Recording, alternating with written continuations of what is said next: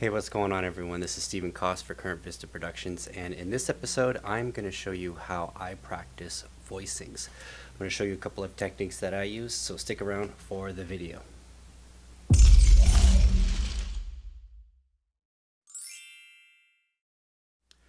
To start out, let's do two voicings, and let's do one major voicing and one minor voicing. Let's start off with the minor voicing.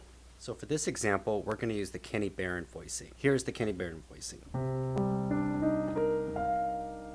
That's outlined as root, 5th, 9th, 3rd, 7th, 11. This is a really nice voicing. It's kind of like a quintal voicing, meaning it's built on fifths. What's a fifth above C? G. What's a fifth above G? D. Then you go up a half step to the minor third, fifth above E flat, B flat, fifth above B flat, F. That's how it's built. So now that you have this voicing under your fingers, how do you learn it in as many different keys and all across the keyboard as quickly as possible? Well, for one thing, when you practice, the quality of your practice is extremely important. So time isn't necessarily something you should focus on as much as you should quality. So let's do some quality exercises. Let's take this voicing, the Kenny Barron one. And how I usually start a new voicing is I just go in the circle of fourths. So a fourth above the root of that C minor chord, Kenny Barron voicing, C, F. Here's the voicing there. Then I continue along the circle of fourths. A fourth above F is B flat. Let's do the Kenny Barron voicing in B flat. And then you continue throughout the keys. Oh,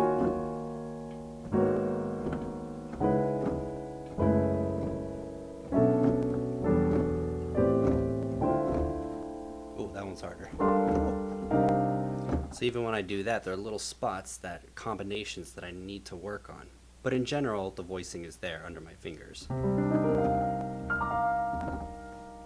So, circle of fourths, you could also take it into other intervals, such as taking it up a minor third or down a minor third.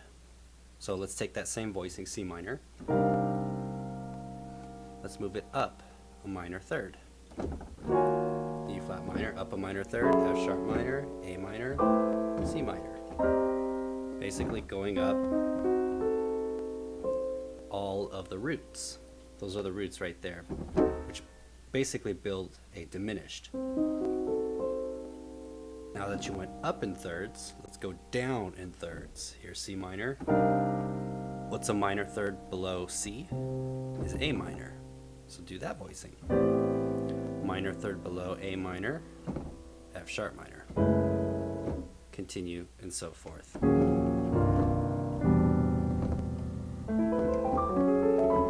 So once you get this under your fingers quite well, you should have that voicing down pretty well. I would recommend this next step. Here is another concept you can apply when learning chords. Here is the second concept. Now that you have the voicing under your fingers, arpeggiate it. Arpeggiate it up. So for instance, let's go back to that Kenny Barron voicing. Why don't we arpeggiate it up the piano?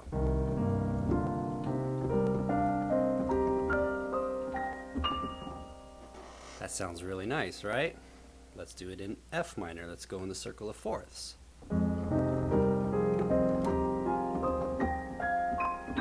Right? B flat minor. Hope I can do this one. B flat minor. A flat minor. And so forth. So you just do that, and so that creates a really nice sound, something that's practical that you can use at the end of solos or in intros, especially if you have long little intros.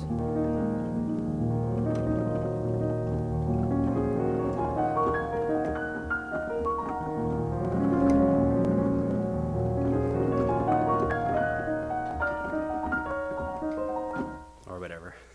Then once you arpeggiate it up, arpeggiate it down. Let's still go back to that Kenny Barron voicing. Let's start at the top and arpeggiate it down.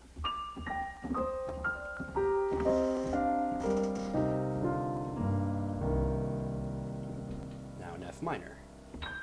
Oh man, let's see if I can do this.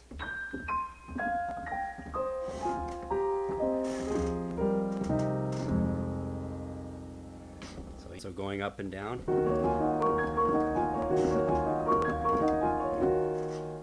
So that is just, I can really feel that workout in my pinky and my ring finger when I do that. So arpeggiating it up and down is another way you can get that voicing all across the keyboard. All right, let me show you a really nice major voicing to close out the video. So here is our major voicing.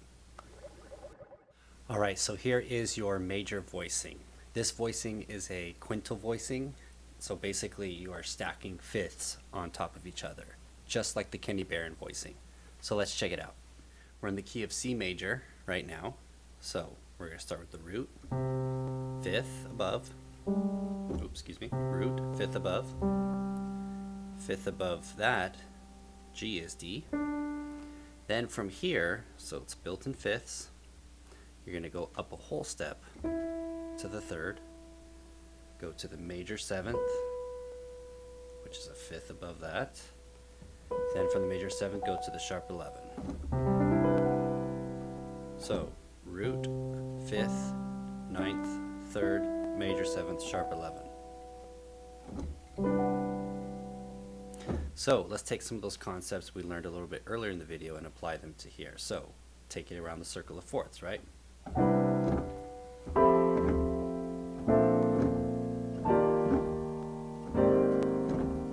And even as I do it, there are certain spots that I need to work on. This D flat major one, for instance.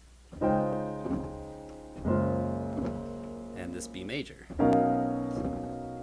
So my goal is to be able to recall it as quickly as possible, but while still playing smoothly. Controlled.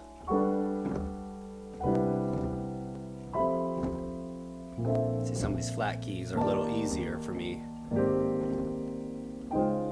So you take it around the circle of fourths, and when you play the chords, make sure you are taking extra care when you're playing to not play them sloppy.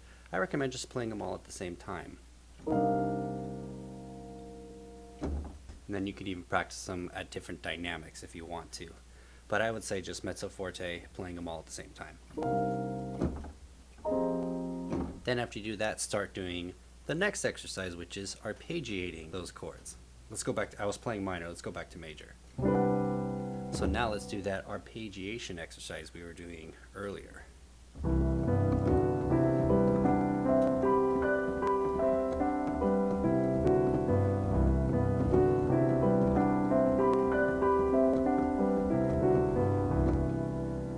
So that just really gets your mind to go all across the keyboard when you can really arpeggiate it. And when you do it, start slow, even if it means you're kind of crawling.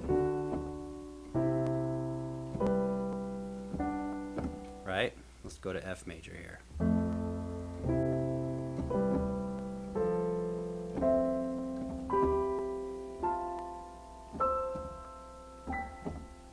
And it sounds, it sounds really nice, nice to hear, but just making sure to play each note and taking care of each note and knowing where each note is within the chord.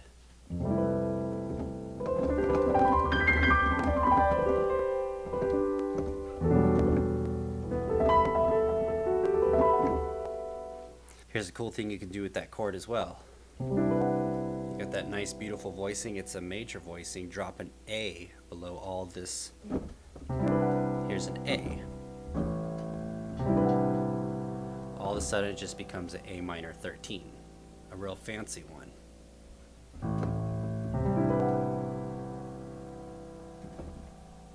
If we're doing it in F major,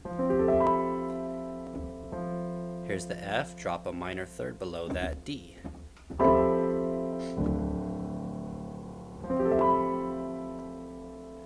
Great for songs that end in minor chords.